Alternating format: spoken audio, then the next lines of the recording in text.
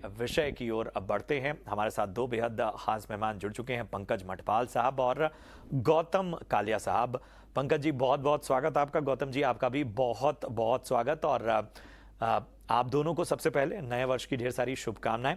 Pankaj sir, इससे पहले कि मैं सवालों और जवाबों का सिलसिला शुरू करूं, किस तरह से देख रहे हैं फिलहाल इस वक्त माहौल निवेशकों के नज़रिए से म्यूचुअल फंड की पूरी दुनिया को, और क्या जिस तरह के हम नंबर्स देख रहे हैं वो आने वाले वक्त में अपना ही रिकॉर्ड तोड़ने की लगता है कोशिश हो रही है?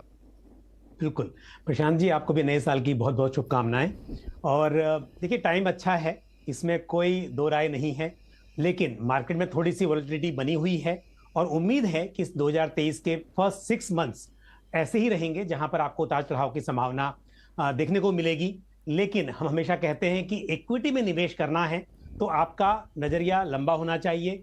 और यदि आप लॉन्ग टर्म के हिसाब से निवेश करते हैं तो टाइम एक्यूमुलेट करने के लिए अच्छा है। आप बाय कीजिए और इन्वेस्ट कीजिए, होल्ड कीजिए, लॉन्ग टर्म में फायदा होगा। लेकिन एसेट एलोकेशन बहुत जरूरी होता है। और ये साल मुझे लगता है कि इक्विटी, डेट, कमोडिटीज सभी के लिए अच्छा रहने वाला है। तो यहां पर मल्टी एसेट स्ट्रेटेजी काम करेगी। डेट में डेफिनेटली हमें अच्छे रिटर्न देखने को मिलेंगे। अभी हमें उम्मीद है कि फैब में फिर से इंटरेस्ट रेट थोड़े और बढ़ेंगे और अच्छे हायर रेट्स पर आपको रेट लॉक करने का टाइम मिलेगा। तो वो टाइम होगा जब आप लॉन्ग टर्म बॉन्ड्स में भी इन्वेस्ट कर सकते हैं। और इस वक्त पर करना है तो आप अल्ट्रा शॉर्ट ड्यूरेशन फंड्स जो होते हैं उनमें कीजिए, वो समय सही है। साथ ही गोल्ड और सिल्वर की बात की जाए तो यहां पर भी हमने एक तो देखा है, जब भी इक्विटी मार्केट में वॉलेटिलिटी होती है तो उस वक्त निवेशकों का ध्यान जो होता है वो ज्यादा गोल्ड की तरफ जाता है, तो वो भी कारण है। और दूसरा, वैसे भी कंजम्पशन अगर देखेंगे तो बढ़ रहा है। तो गोल्ड में और इंडस्ट्रियल डिमांड की बात करें तो सिल्वर में भी अच्छी डिमांड की उम्मीद है।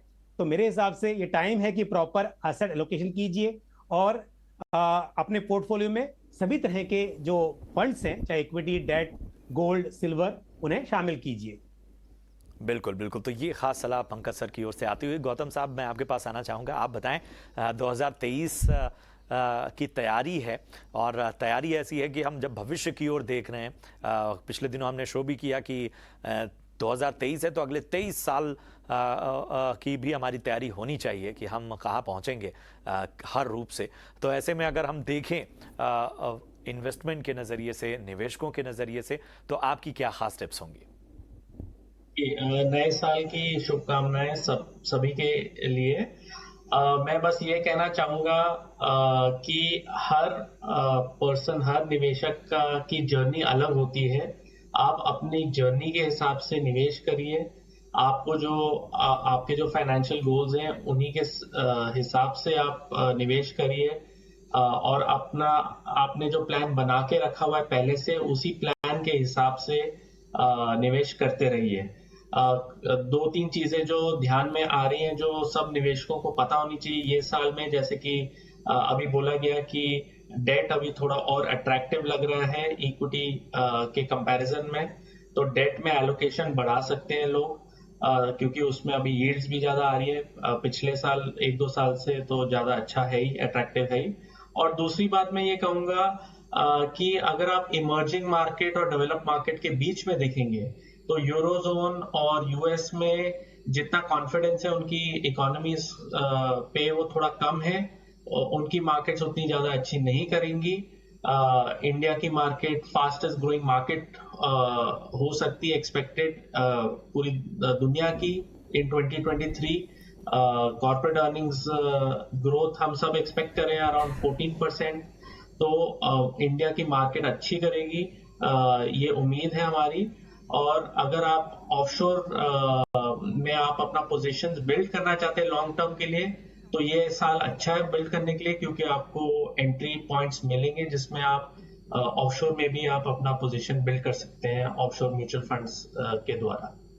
बिल्कुल बिल्कुल। तो ये सारी बातें जो हैं वो आपको ख्याल रखनी है। गौतम सर ने आपको सुझाव दिया। पंकज सर, एक चीज़ मैं समझना चाहूँगा, और मैं मान के चल रहा हूँ कि नया साल है तो नए दर्शक भी हमारे साथ जुड़े होंगे।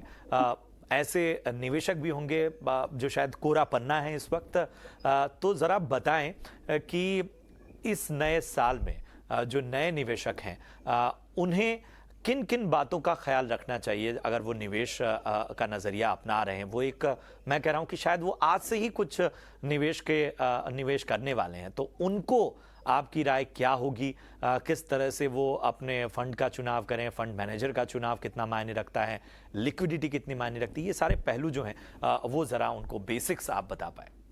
बिल्कुल। सबसे पहली चीज है कि आप अपने गोल सेट करें।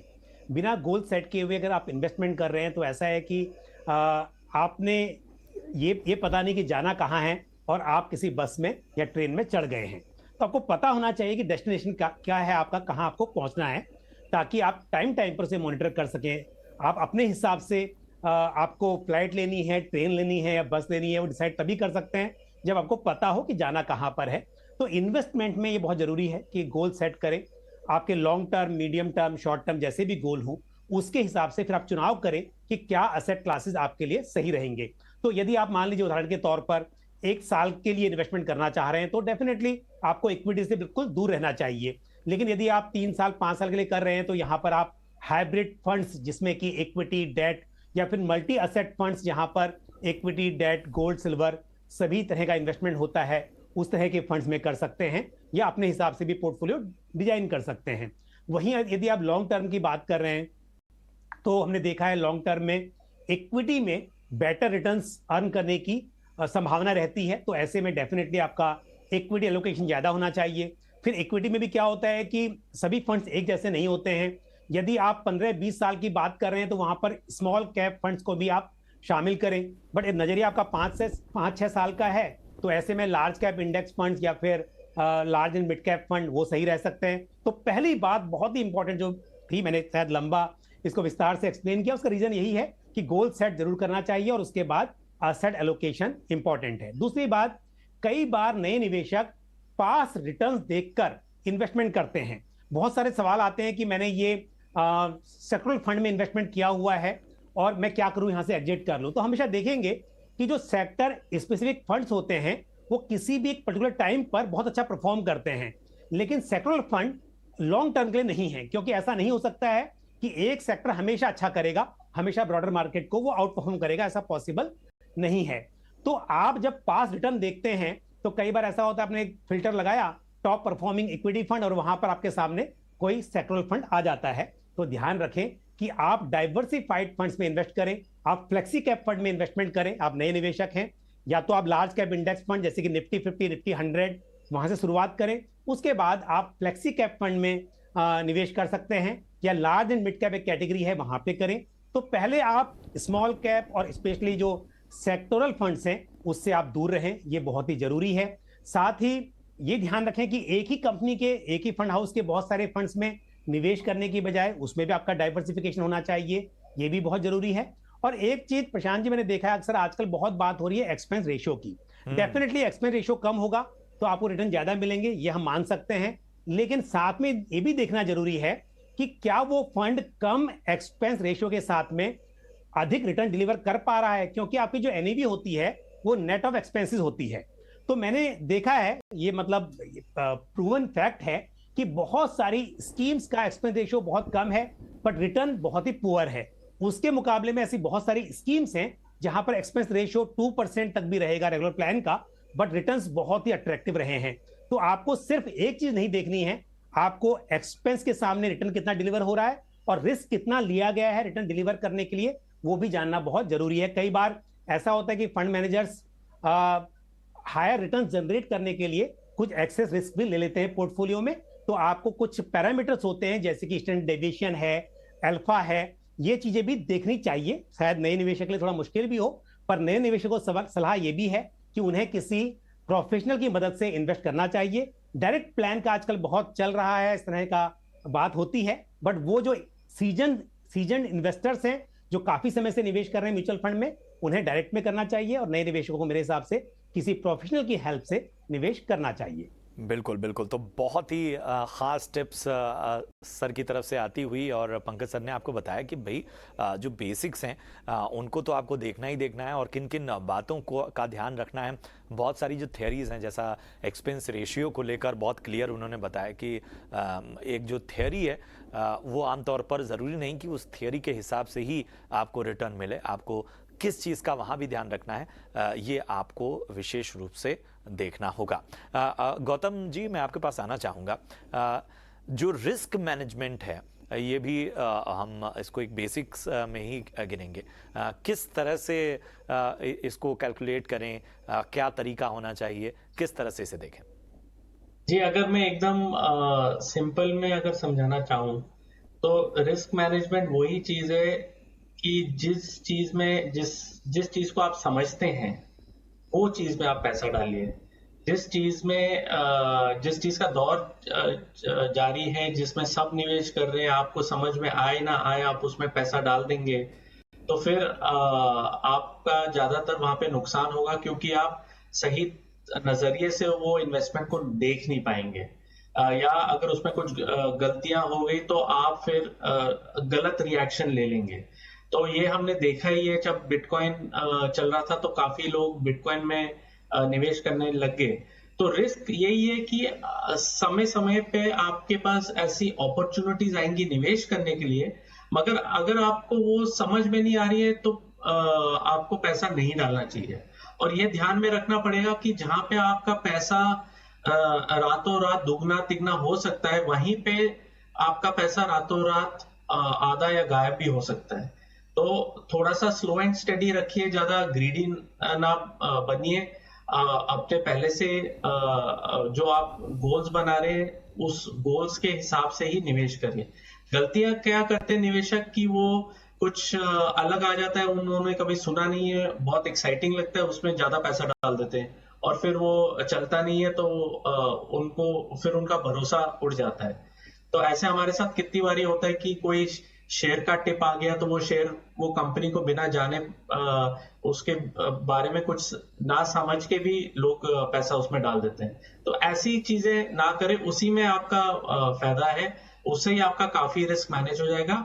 और दूसरी चीज आप ये कर सकते हैं कि पैसा अगर आप मार्केट में डाल रहे हैं तो धीरे धीरे डालिए, स्टैगर्ड फेज में डालिए, जिससे आपका टाइमिंग रिस्क कम हो जाए। बिल्कुल, बिल्कुल। तो इन बातों का आपको विशेष ध्यान रखना है, और पंकज जी और इसके साथ ही गौतम हमारे साथ अब बने रहेंगे। आगे उनसे हम दर्शकों के सवाल जवाब का सिलसिला भी शुरू करेंगे। फिलहाल एक छोटे से ब्रेक के लिए यहाँ रुक रहे हैं।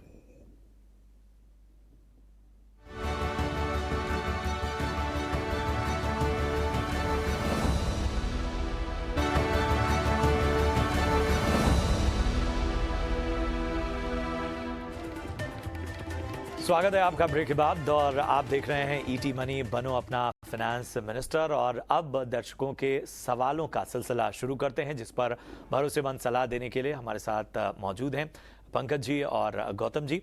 जो पहला सवाल है वो अतुल देशमुख का है। कुछ तकनीकी दिक्कतों की वजह से वो हमारे साथ इस वक्त जुड़े नहीं हैं, लेकिन उन्होंने जो सवाल है वो हम तक पहुँचाया हुआ है। उनका सीधा सवाल है पंकज जी आपके लिए कि कैसे करें म्यूचुअल फंड में निवेश की शुरुआत। SIP के जरिए 10,000 का निवेश उनको करना है। Large, mid cap, small cap और फ्लैक्सी कैप में जो है वो फ़र्क वो समझना चाहते हैं, और 15 साल के लिए उनका नज़रिया है, निवेश की अपनी रणनीति बनाना चाहते हैं। क्या होगी इन्हें सलाह? बिल्कुल। जहाँ तक पहला सवाल है कि उनको इस बारे में जानकारी नहीं है कि लार्ज कैप मिड कैप क्या होते हैं, तो मैं बता दूं कि म्यूचुअल फंड्स में किस तरह से इन्वेस्टमेंट किया जा रहा है, अंडरलाइंग असेट क्या है, उसके आधार पर इन्हें कैटेगराइज किया जाता है। तो पहली बात तो जैसे कि डेट फंड है तो उसका निवेश बॉन्ड्स या जो दूसरे फिक्स्ड इनकम इंस्ट्रूमेंट होते हैं वहां पर होगा, और इक्विटी फंड है तो इसका मतलब जो निवेश है वो इक्विटी शेयर्स में हो रहा है। लेकिन इक्विटी शेयर्स में भी क्योंकि हो सकता है कि एक फंड है जिसका investment minimum 80% large cap shares में होता है, तो इसका मतलब वो फंड लार्ज कैप फंड है। मिड कैप फंड्स के लिए ये कंडीशन है कि minimum 65% allocation mid cap categories के शेयर्स में होगा। ऐसे स्मॉल कैप फंड है तो इसका मतलब वहां पर मिनिमम 65% स्मॉल कैप शेयर्स में होना चाहिए। फ्लेक्सी कैप में कोई कंडीशन नहीं है, बट 65% एलोकेशन जो है टोटल असेट का, जो टोटल पैसा है उस फंड का, वो आपका इक्विटी में निवेश होना चाहिए, but large cap, mid cap, small cap ये सब फंड मैनेजर डिसाइड कर सकते हैं। मल्टी कैप की बात करें तो 25% each, 25% large cap, 25% mid cap और 25% स्मॉल कैप शेयर्स में इन्वेस्टमेंट होना चाहिए। बाकी का 25% फंड मैनेजर डिसाइड कर सकते हैं कहां पर करना है। तो ये हमें डिसाइड नहीं करना, हमें पैसा देना है, अपना इन्वेस्ट करना है, लेकिन फंड मैनेजर जो उस स्कीम को मैनेज कर रहे हैं वो डिसाइड करते हैं कि पोर्टफोलियो में कौन से शेयर रखने हैं, और जैसी कि गाइडलाइन मैंने बताई, जो सेबी की गाइडलाइन है, इसके हिसाब से वहां पर एलोकेशन किया जाता है। अब यहां पर जहां तक अतुल जी का सवाल है कि उन्हें इन्वेस्टमेंट करना है 10,000 रुपए और नजरिया है 15 साल का, तो हालांकि लंबा नजरिया है, फिर भी क्योंकि नए निवेशक है तो मैं कहूंगा कि स्मॉल कैप में आप निवेश ना करें। अगर सीजन इन्वेस्टर होते तो शायद इतनी लंबी अवधि के लिए मेरी सलाह होती कि स्मॉल कैप को भी शामिल किया जाए। तो इनके लिए सलाह ये होगी, ICICI Prudential value discovery fund, इस फंड को ये शामिल कर सकते हैं पोर्टफोलियो में। साथ ही Aditya Birla Sun Life flexi cap fund, ये फंड ये कंसिडर करें। एक वेल डाइवर्सिफाइड फंड है, पोर्टफोलियो काफी बड़ा है इसका। साथ ही Motilal Oswal mid cap fund, इस फंड को कंसिडर कर सकते हैं। तो 3 फंड मैंने इनको बताए हैं, इनमें ये अपने अमाउंट को डिवाइड करके आगे बढ़ सकते हैं। बिल्कुल बिल्कुल। और हमारे साथ एक और जो दर्शक हैं वो जुड़ चुके हैं, नरेंद्र हैं, और नरेंद्र का सवाल गौतम जी आपके लिए है। नरेंद्र, आप जुड़े हुए हैं, पूछें अपना सवाल। नरेंद्र, आप तक आवाज पहुंच रही है? पीछे 2-3 बड़ी वजह है।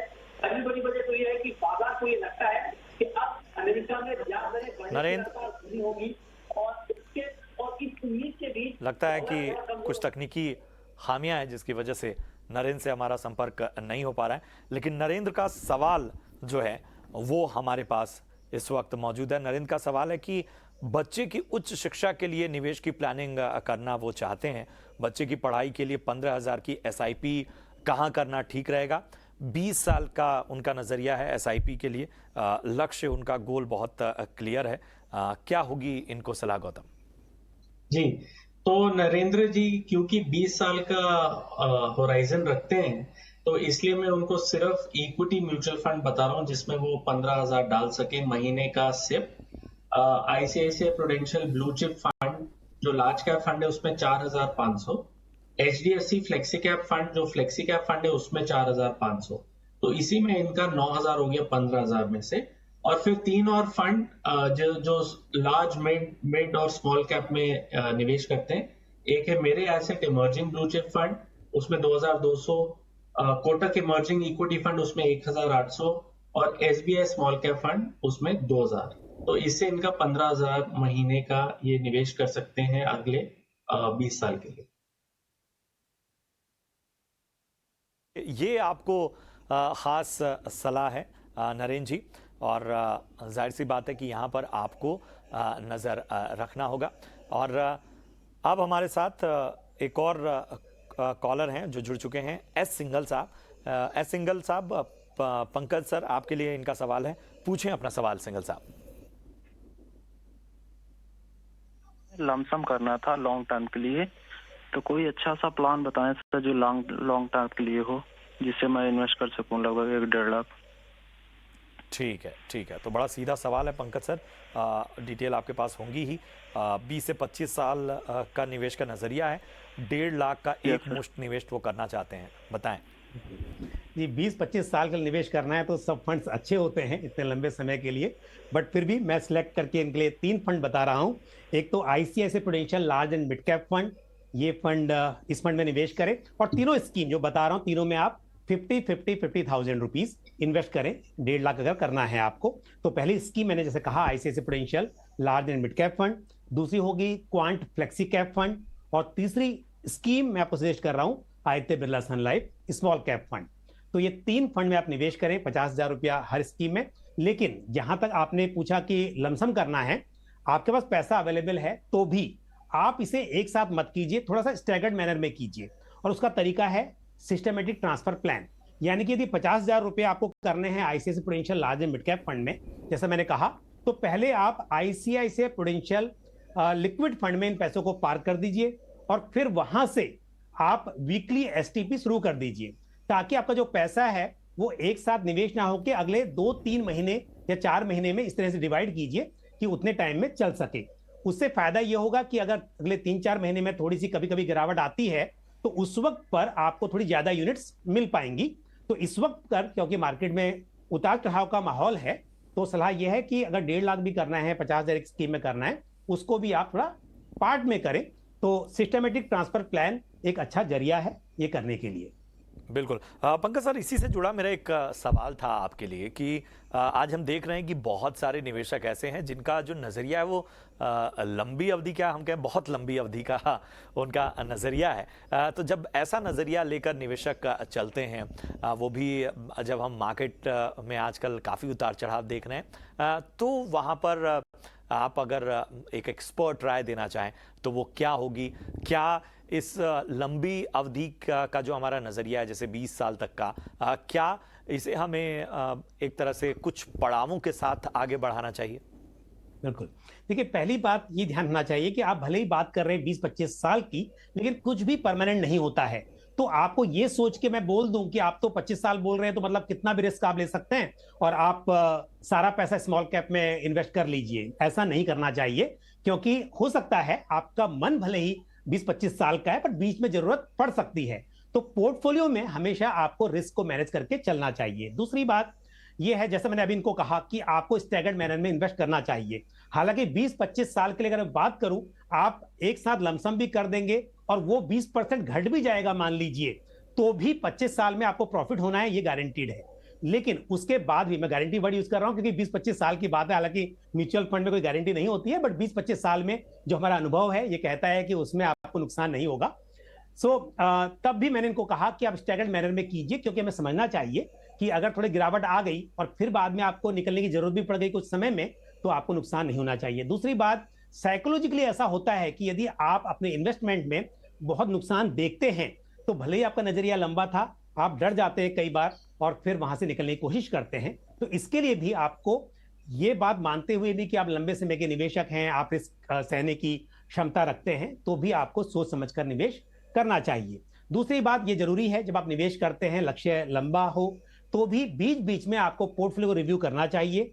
हमेशा ऐसा भी नहीं कि डेली देखना है, लेकिन साल में एक बार आपको जरूर रिव्यू करना चाहिए। और अगर सच में जरूरत हो तो वहां पर स्कीम में बदलाव करने की जरूरत पड़े तो वो भी करना चाहिए। और आजकल ऐसा भी है प्रशांत जी, समय के साथ आपके गोल चेंज भी होते हैं। एक टाइम था जब हम कहते थे कि कार लेनी है तो गोल कार बाइंग का है, बट एक बार कार बाई कर ली तो 5-6 साल में आप चेंज भी करना चाहेंगे उसको। तो आजकल गोल भी डायनेमिक हो गए हैं, तो उस हिसाब से भी आपको इन बातों का ध्यान रखना चाहिए। बिल्कुल। तो ये ख़ास पहलू हैं जिनको हम आज बहुत ही विस्तार से जिन पर चर्चा कर रहे हैं। नया साल है तो नए नए नज़रिए भी होने चाहिए। चलिए अगले कॉलर की ओर बढ़ते हैं। विनय चौधरी साहब हमारे साथ जुड़े हुए हैं। विनय चौधरी का सवाल गौतम जी आपके लिए है। विनय जी, पूछें अपना सवाल। हेलो जी विनय, पूछें अपना सवाल। सर, मैं NRI हूँ। मेरे कुछ सेविंग अकाउंट्स में पड़े हुए हैं फंड, मैं उसको इन्वेस्ट करना चाहता हूँ, कहाँ करूँ? ठीक है गौतम जी। नजरिया मेरा 2 साल का। जी जी जी। गौतम जी, क्या होगी इन्हें सलाह? तो विनय जी, अगर आप 2 साल की जगह 3 साल तक खींच सकते हैं तो आपके लिए मैं आपको थोड़े से डेट फंड्स बता देता हूं जहां पे आप पैसा डाल सकते हैं। क्योंकि आपकी उम्र 62 है तो मैं आपको इक्विटी फंड्स नहीं बता रहा हूं। और आपका इन्वेस्टमेंट का जो होराइजन है वो भी कम है। आप 2 साल बोल रहे हैं।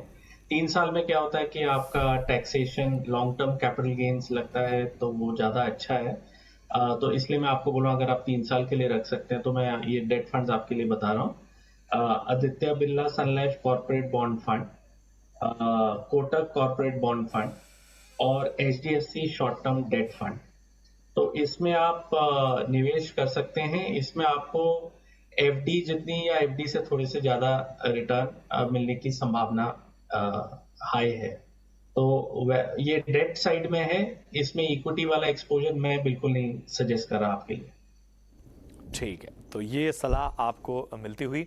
अगले जो हमारे दर्शक हैं उनका नाम है प्रखर, जिन्होंने सोशल मीडिया के जरिए हम तक अपना सवाल पहुंचाया है। प्रखर बनारस के रहने वाले हैं और पंकज जी, सवाल उनका आपके लिए है।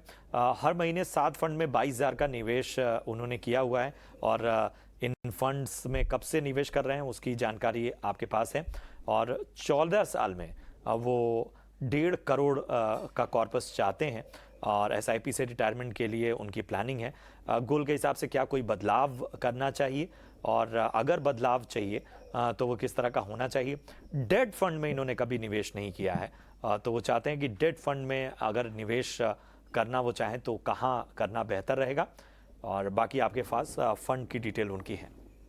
बिल्कुल, देखिए पहली बात यह है कि यदि मैं 12% का कंपाउंडेड एनुअल ग्रोथ यहाँ पर एज्यूम करूँ तो जितना निवेश कर रहे हैं और जो अवधि बताई है कि पहले से कुछ फंड्स में 5 साल भी हो गए हैं, कहीं पर 2 साल हैं, उस सब को अगर कैलकुलेट करते हैं तो अगले 14 ईयर्स में करीब 1.12 करोड़ 1 करोड़ 12 लाख रुपए यहाँ पर बन पा रहे हैं और इनका टारगेट है 1.5 करोड़ रुपए का। थोड़ा सा इनको अमाउंट बढ़ाना होगा और एक साथ बढ़ाने की जरूरत नहीं है। यदि ये हर साल अपनी एसआईपी को 7% से बढ़ाते रहें, स्टेप अप करते रहें, तो भी ये 1.5 करोड़ का अपना जो ये गोल है उसे अचीव कर सकते हैं।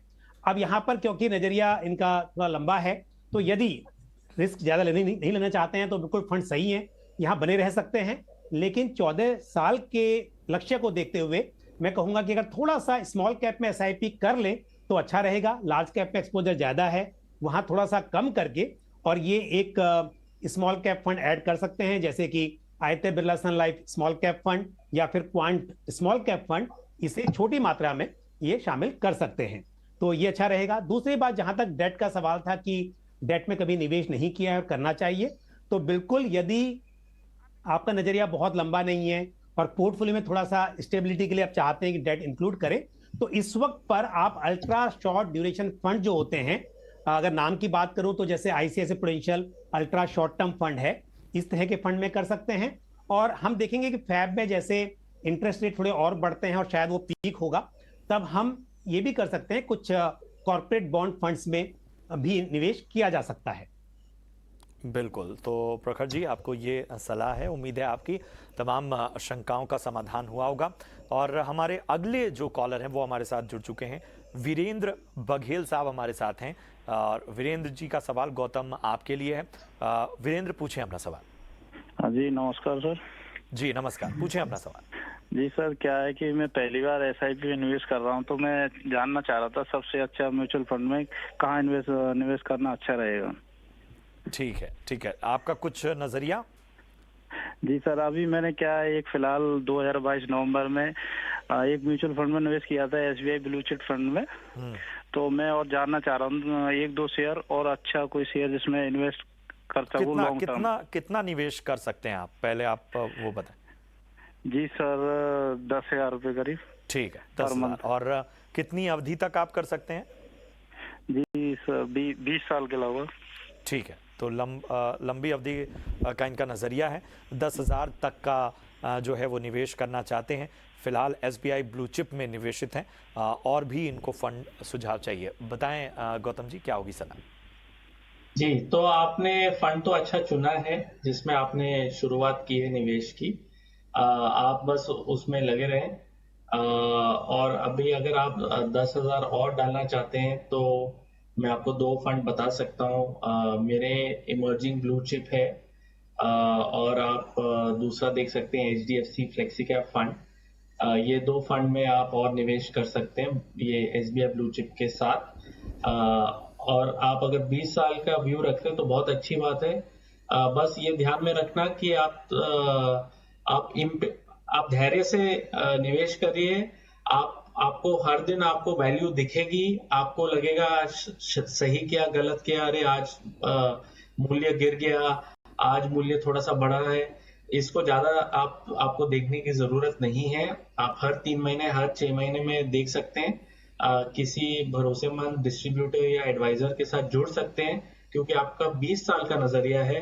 तो 20 साल में उतार चढ़ाव तो बहुत होगा मार्केट का, तो कठिनाइयां फेस हो सकती है आपको कि आपको कभी लगे कि ये तो गलत कर लिया मैंने। ये आपको काबू में रखना है और किसी की सलाह आप जरूर लेते रहिए, जिससे आप निवेश करते रहे, क्योंकि मार्केट में ये देखा है कि जितनी देर के लिए, लंबे अरसे के लिए निवेश करेंगे उतना ही मुनाफा होता है। बिल्कुल बिल्कुल, तो इन बातों का आपको ख्याल रखना है। और चलिए सवालों का सिलसिला यहीं रोकते हैं और शो अपने अंतिम पड़ाव पे है। तो अब हम बात करते हैं आज के गुरु मंत्र की, हमारा खास सेगमेंट।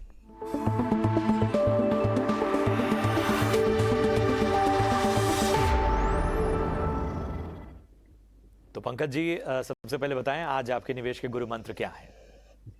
आज के गुरु मंत्र में मैं अपनी बात को दोहराऊंगा। एक्चुअली जो मैंने शुरुआत में भी कहा था कि जब भी आप इन्वेस्टमेंट करते हैं तो अक्सर रिटर्न्स देख के इन्वेस्टर्स स्कीम का चुनाव करते हैं, या कोई भी इन्वेस्टमेंट स्कीम हो, स्पेशली म्यूचुअल फंड्स में। लेकिन रिटर्न्स कहाँ से आए वो जानना बहुत जरूरी है। उसके लिए कितना रिस्क लिया गया है, किस कैटेगरी की स्कीम है, वो जानना जरूरी है। साथ ही हम जैसे एक्सपेंस रेशियो की हमेशा आजकल बात चलती रहती है, ज्यादा है कम है, वो भी बहुत मैटर नहीं करता है यदि स्कीम परफॉर्म कर रही है।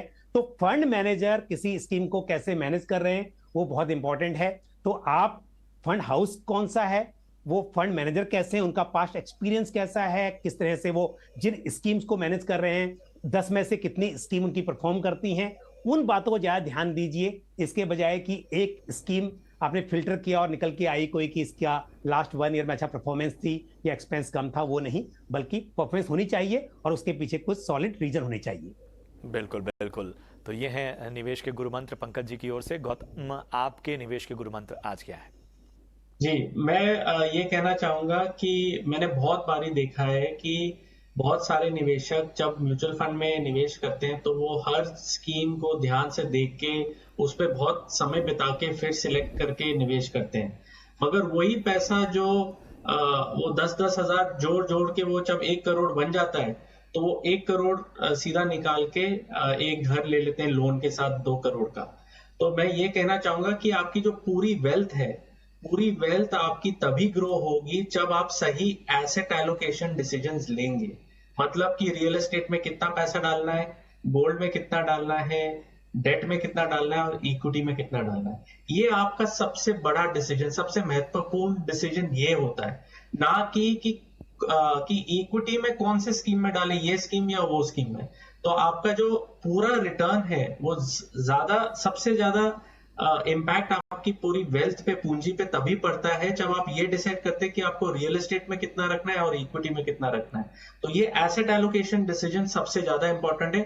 इस पे आप ज्यादा ध्यान देंगे, उससे आपका ज्यादा मुनाफा होगा। बिल्कुल, तो ये खास गुरु मंत्र आता हुआ गौतम जी की ओर से। बहुत बहुत शुक्रिया करेंगे गौतम और पंकज सर आप दोनों का, और बहुत ही शानदार चर्चा रही। बहुत सी अहम बातें और बेसिक्स जो हैं वो 2023 की शुरुआत में आप दोनों के हक से हमने समझे, और दर्शकों के जो सवाल थे उस पर भरोसेमंद सलाह भी आप लोगों ने दी। बहुत बहुत शुक्रिया एक बार फिर से आप सभी का जुड़ने के लिए। और फिलहाल पूरी टीम को दीजिए इजाजत। आप देखते रहिए ET Now स्वदेश। नमस्कार।